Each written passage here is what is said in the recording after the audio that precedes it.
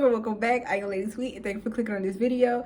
This is featuring Red Bull coconut flavor. But hear me out. We are going to be talking about some of the most common questions that you have when engaging in this whole journey of Lipo 360, and that is, when can I go back to work? Who's gonna drive me? Gonna sleep? And who gonna take care of me? I got you. Stay tuned.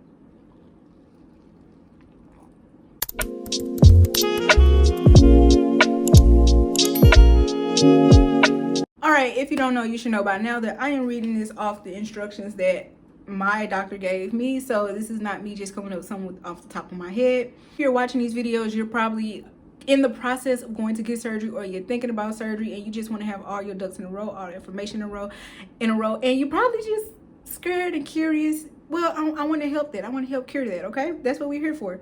Now, don't forget to like, comment, subscribe, and share this video so other girls and guys can see this video too. Now, let's start with work. All right. It says, expect to take a minimum of 3 to 7 days off work. Chin liposuction can go back to work the following day if desired. That's just me. I don't know. Sometimes we need that check, but I don't know. Depending on what you do, I still wouldn't rush it. Like, especially if you live in a cold area. Like, I just had surgery. It was blood everywhere.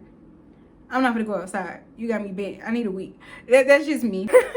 But it says all bodies are different, so recovery times will vary from person to person. Ultimately, how long it takes for your body to heal after procedure depends on your age, overall health, and post-op care routine.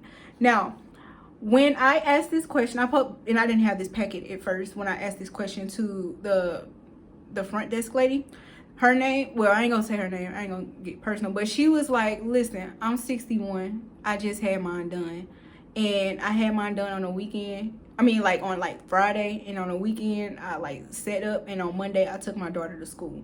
So I mean, it all depends on you, because even when I drove my car and came back to work, I still felt, kind of sick, but at the same time I was able to move. So it's all on you, okay?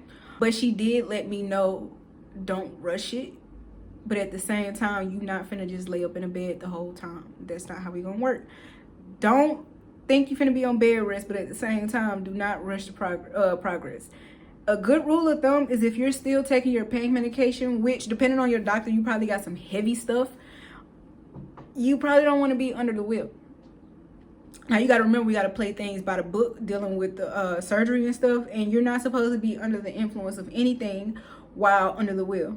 So keep that in mind for everybody's safety and yours. When you're on your pain medication, you cannot be on the wheel. So don't be trying to drive yourself to your massages knowing dang on well you're going to need to be on your pills. You hear me? All right? Keeping. Try to keep areas of liposuction elevated to help minimize swelling if possible while sleeping. This sounds like another thing I need to buy. A good purchase would probably be one of those elevated pillows that you can sit up on and lean up on. I don't want to buy nothing else. Or just, if you have some real thick pillows, some new pillows, just put all of them together and rest up on there. A lot of the times women have a lot of pillows on our bed anyway, so we should be safe. We got a whole bunch of pillows, but make sure you're elevated. Don't be laying back. I just feel like all your puss and stuff is just gonna clog up anyway. Try to sit up, be elevated. All right.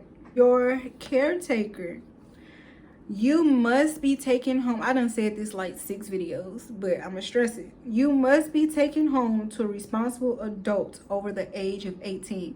Do not have your 16-year-old daughter drop you off and take you to surgery, even though I ain't gonna say nothing, but I done seen some stuff. Even though the individual must agree to stay with you for the first 24 hours following your surgery. I say that this is a most critical time. If they can't even stay with you for the next 3 hours, it's no point in you coming with me. I kind of had this mind thing, this argument in my head a couple days ago. If you plan on leaving the day of surgery, what's the point of me bringing you?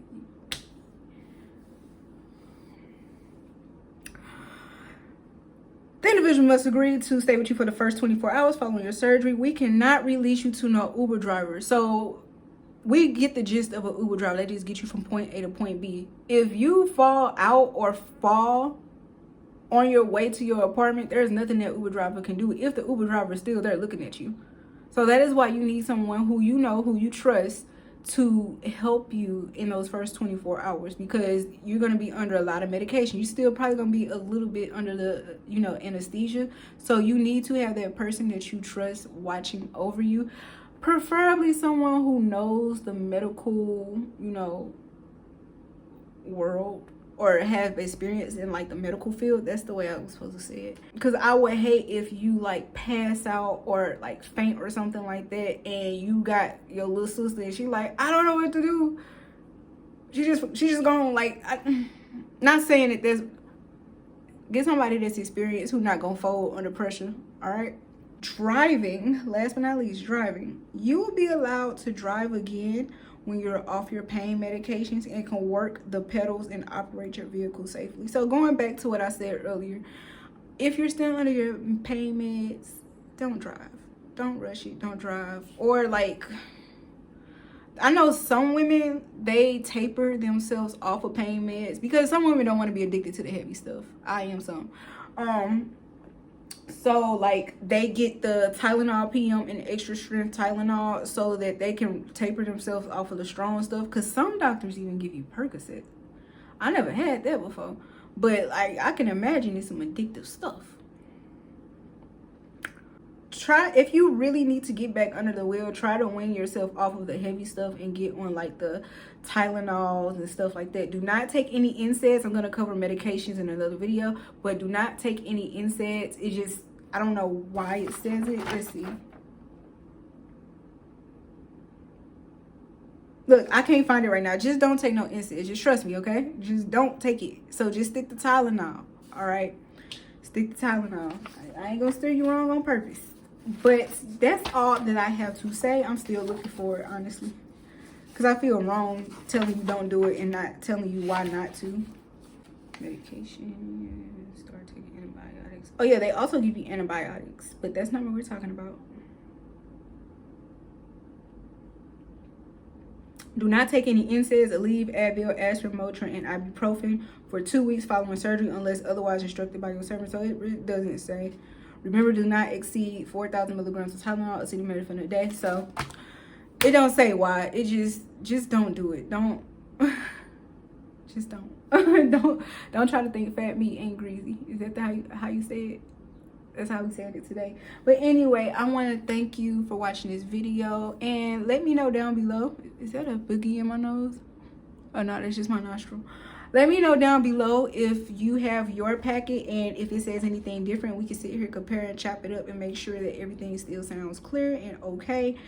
Or let me know if you're scheduling surgery or got your surgery scheduled, and like, how you feeling, girl? Like, or dude, like, what's up? How we feeling? We good? We finna look like a whole new person. Some ain't got nothing on us. Okay? All right, but you know the motto. I want you to spread love, pursue purpose, center God, and everything will be a-okay. Bye.